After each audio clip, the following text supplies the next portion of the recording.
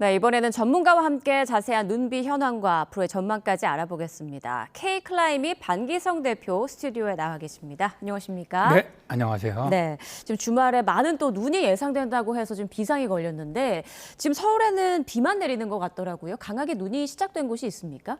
현재까지는 지금 보면은 남쪽에서 올라온 따뜻한 공기가 좀 예상보다 좀 강해요. 네. 그러다 보니까 이게 이제 눈으로 바뀌려면은 북서쪽에서 찬 공기가 내려오면서부터 눈이 시작될 것으로 보이는데 일단 이제 오후 늦게부터 이제 경기 북부 지역서부터 눈으로 바뀌겠고 서울은 이제 저녁 들어가면서부터 눈으로 일단 바뀌기 시작하지 않겠나 그렇게 예상을 합니다. 네, 자 그럼 눈이 어느 지역으로 많이 내릴지 특히 서울에도 좀 많은 눈이 내릴 걸로 예상하십니까? 현재 예상으로는 이제 가장 많이 올 것으로 예상하는 곳이 이제 강원 지역입니다. 네. 그래서 5에서 10cm 많은 곳, 산악적으로 15cm 이상을 예상을 하고 있고 그 다음으로 많이 오는 곳이 기온이 낮은 지역들이죠. 주로 이제 충북, 중북부 지역 쪽으로 3에서 8cm 많은 곳은 10cm 정도. 그리고 이제 그 다음으로 많이 올 것으로 예상되는 곳이 수도권 지역입니다. 수도권 지역, 그다음에 전북 북동부, 경북 북동부 지역. 이 지역은 이제 2에서 7cm 정도 예상을 하고 있고요. 이거보다 좀 더 적게 내릴 것으로 보는 것이 인천이라든가 경기 서남부라든가 이쪽 지역으로 1에서 5cm 정도 예상을 하고 있습니다. 예, 지난번 내린 그 첫눈은 퇴근길에 집중되면서 완전 도심 교통이 마비가 됐었잖아요. 이번에도 그 정도의 많은 눈이 내릴지 어떻게 예상하세요? 일단 지난번하고는 상당히 여러 가지로 차이가 큽니다. 예. 지난번 같은 경우는 산둥반도 쪽에서 기압골이 굉장히 빠르게 내려왔어요. 그러면서 한랭전선 같은 형태로 내려가다 보니까 영향을 주는 시간이 굉장히 짧았죠. 2~3시간 정도. 그 대신 상당히 강하게 폭발적으로 발달한 눈구름으로 인해서 아주 짧은 시간에 많은 눈이 내린 데 비해서 이번 같은 경우는 지금 일부 동해 쪽으로 고기압이 위치하고 있고 서쪽으로도 고기압이 있고 그 사이에 우리나라 좀 지금 기압골이 파진 형태거든요. 그렇기 때문에 이동 속도가 빠르잖아요. 저번처럼. 예. 천천히 이동해 갈 것으로 보이고요. 이제 그러다 보니까 일단 지난번에는 추위가 있었기 때문에 바로 눈으로 시작을 했지만 이번 같은 경우는 비로 시작을 한단 말입니다. 그러다 보니까 비가 내리면서 눈이 덮이게 되면 뭐가 차이겠냐면 제설할 때 굉장히 큰 차이가 생깁니다. 예. 그런 차이가 좀 있고요. 그 다음에 실제로 이번 같은 경우에도 이 지속 시간이 좀 길고 또 지형적인 영향을 받다 보니까 지난번에 거의 수도권은 거의 5~6cm 균일하게 눈이 내린 데 반해서 이번에는 적설령 차이가 좀 지역에 따라 상당히 많지 않겠나 그렇게 예상을 합니다. 네, 이번에 그 무거운 습설이 예고됐단 말이죠. 건설과 습설의 차이가 무엇인지 그리고 습설이 더 위험한 건지도 궁금합니다. 일단 우리나라 같은 경우는 건설과 습설이 만들어주는 기준이 기온입니다. 대개 영하 0도에서 9도 사이에 눈이 내리게 되면은 습설이라고 하고요. 예. 영하 10도 이하일 때 눈이 내리면 건설이라고 하죠. 습설이라는 건 즉 다시 수증기가 많은 눈입니다. 그러다 보니까 밀도가 높아지니까 무거워질 수밖에 없겠죠. 통상 건설보다 습설이 한 2배, 3배 이상 무겁고요. 좀 심한 경우는 6배 이상 더 무거울 수도 있습니다. 그래서 습설 같은 경우는 예를 들어서 10에서 한 10m 가로 세로 20m인 비닐하우스 위에 눈이 10cm가 쌓인다고 하더라도 그 무게가 2.4톤 정도가 되거든요.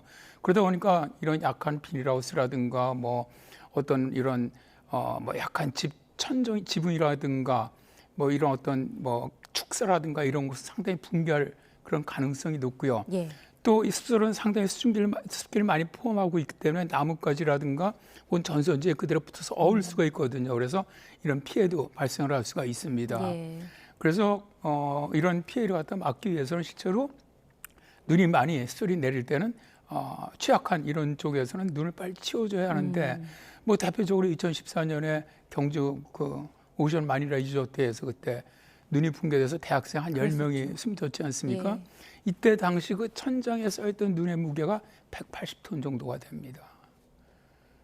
자, 그러니까 이번 눈은 그때 첫눈과는 좀 양상이 다르다라는 말씀해 주셨는데 습설이고 또 지속 시간이 길 것으로 예상되는 만큼 계속 좀 치워줘야 된다, 주의를 해줘야 된다 이런 말씀해 주셨습니다. 그리고 오늘 저녁부터 이제 강한 눈이 예보된 곳이 많기 때문에 기온이 떨어지면서 빙판길이 될 우려가 높잖아요. 이렇게 되면 또 사고 위험도 커지겠어요? 그렇습니다. 지금 당장 실제로 비가 온 다음에 눈이 내리면서 제설이 이루어지지 않는다면 그럼 기온이 낮아지니까 얼어붙을 가능성이 높거든요. 예. 왜냐하면 대기 기온보다 지표면 기온은 더 낮기 때문에 그래서 이런 어떤 제설이 이제 좀 신속히 이루어져야 한다고 보고요. 대개 제설이 이루어지더라도 이번 경우 같은 경우는 이제 비로 내려서 그 위에 이제 제설제를 뿌리고 치운다고 하더라도 얇은 상태로 이 살얼음이 얼 가능성이 예. 굉장히 높습니다. 근데 이런 살얼음이 얼 경우에는 이제 우리가 뭐 도로 살얼음 혹은 영어로 얘기하면 블랙 아이스라고 얘기를 하는데 블랙 아이스라고 부르는 이름 자체가 실제로 아스팔트와 색깔이 거의 같거든요. 블랙으로 보이거든요. 그러다 보니까 운전자 입장에서는 얼음이 얼어 있는 것 같지가 않고 그대로 약간 젖어 있는 도로로 보이다 보니까 그냥 그대로 운행하다가 사고 나는데 이런 그 살얼음 도로가 위험한 것은 일단 그 마찰력이 일반 도로에 비해서 거의 20배 정도가 낮습니다. 그러니까 이게 뭐냐면 거의 제동이 안 된다는 네. 거죠. 제동이 안 되고 제어하기도 힘들고 그다음에 이제 일반 눈온 도로보다도 치사율이 굉장히 높습니다. 그러니까 눈온 도로에서 사고가 나는 것보다 이런 그 블랙 아이스에서 사고가 나면 치사율이 4배 이상이 더 높습니다. 그래서 특별히 운전자분들이 이럴 때는 특히 오늘 같은 경우는 이 도로 살얼음이 얼 가능성이 정말 높거든요. 그래서 도로 살얼음이 가장 많이 발생하는 곳들이 이제 대개 이런 터널 진출입구라든가 여기 가장 많이 발생을 하고 그 다음에도 뭐 대개 이런 어떤 교량이라든가 혹은 뭐 계곡도로라든가 산악도로 이런 데서 많이 발생을 하니까 이런 쪽으로 혹시 운행하시는 분들은 교통안전 각별히 꼭 유의를 하셔야 할 것 같습니다. 네, 살얼음이 생길 수 있으니까 차간거리 넉넉히 두고 또 네. 속도도 최대한 줄여서 운전을 해야겠습니다. 자, 보통 겨울에는 눈이나 비가 한 차례 지나고 나면 기온이 뚝 떨어지기 마련인데 이번에는 어떨까요?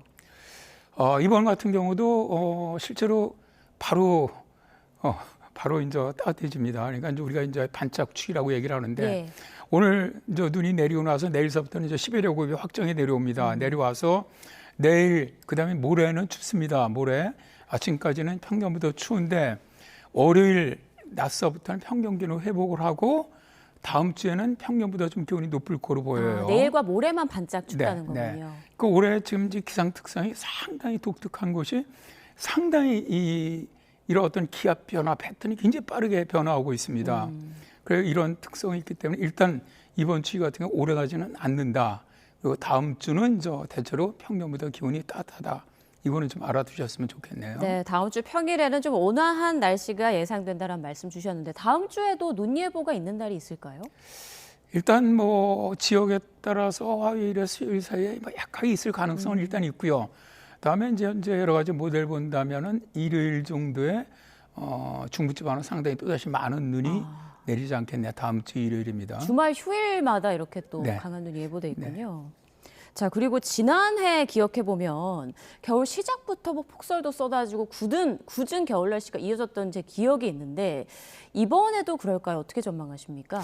올해가 이제 예를 들어서 2023년 같은 경우는 12월에 한파가 내려오면서 한 10일 정도 지속됐어요. 그러다 보니까 한강이 가장 빨리 결빙한 해가 됐는데 올해 같은 경우 지금 이 상층의 흐름이 보면은 이쪽 남북으로 움직이는 그런 기류가 아니라 동서로 움직이는 기류가 좀 강합니다. 이럴 경우는 무슨 특징이냐면 남북으로 좀 이렇게 많이 움직일 때는 한파가 오더라도 굉장히 길어요. 예. 근데 동서로 움직이는 기류가 이렇게 강할 때는 기압계 이동이 빠르거든요. 그러니까 바로 이번 같은 경우죠. 추위가 내려오더라도 오래 지속되지 않고 한 2, 3일 이내에 바로 물러나면서 이동성 고기압으로 변하는 이런 형태인데 올해가 지금 보면은 계속 11월서부터 이런 날씨들이 기압계 이동이 굉장히 빠르게 지나가고 있거든요. 그러다 보니까 어떻게 보면 날씨가 좀 뭐 이런 롤러코스터 같이 예. 굉장히 빠르게 변해 나가는 게 변화무쌍한 그런 날씨가 지속되고 있는 이런 편이죠. 네, 이번 겨울에 좀 기온이 오락가락할 것이다 이런 전망을 해주셨는데 최근에 그 겨울철 내리는 기습폭설이 마치 여름철 쏟아지는 기습호우 같다 이런 얘기도 있더라고요. 실제 좀 그런 양상을 보이고 있나요? 네, 그렇습니다. 지금 이제 기상청이 올해부터 이제 재난 대설 문자를 발표하기로 했거든요. 예. 이게 뭐냐면 이제 올 여름부터 예를 들어 극한 호우의 재난 문자를 발표하는 거나 똑같습니다.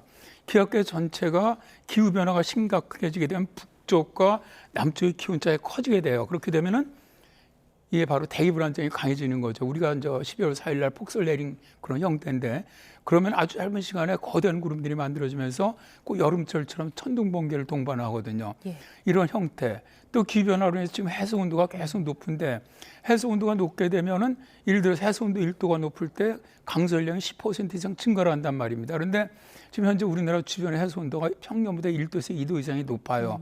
그러다 보니까 이러한 형태가 최근에 굉장히 자주 발생을 하고 있거든요.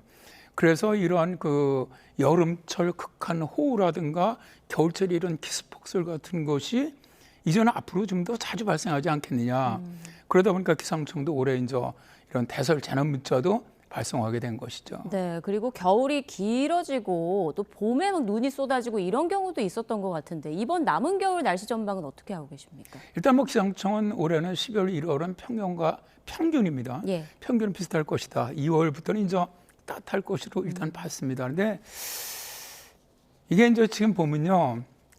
일단 우리나라 겨울이 추워질 거로 보이는 이런 뭐 라니냐라든가 예를 들어서 뭐 북극해 해빙이 굉장히 작다든가 그런 현상이 있어서 추울 가능성도 높고요. 반면에 이제 예를 들어서 뭐 북대서양이나 인도양 해수 온도가 높아서 우리나라 쪽 동쪽으로 고기압이 강하게 발달하면서 기온이 높아질 가능성도 있거든요. 그러다 보니까 이 두 개가 어느 한쪽이 내려면 극한 뭐 예를 들어 한파가 내려올 가능성도 굉장히 높고요.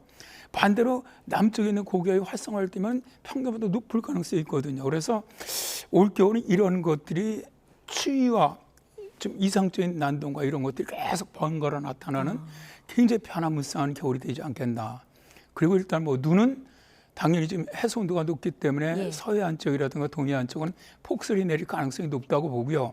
저는 뭐 중부지방 쪽도 평년보다는 눈은 많이 내리지 않겠나 그렇게 예상을 합니다. 네, 일단 당장 오늘은 오후 늦게나 저녁부터 밤까지 중부지방에 최고 15cm 이상 많은 눈이 예보돼 있으니까요. 시청자 여러분들 피해 없도록 주의하셔야겠습니다. 지금까지 K클라이밋 반기성 대표와 함께 날씨 전망 짚어봤습니다. 고맙습니다. 네, 감사합니다.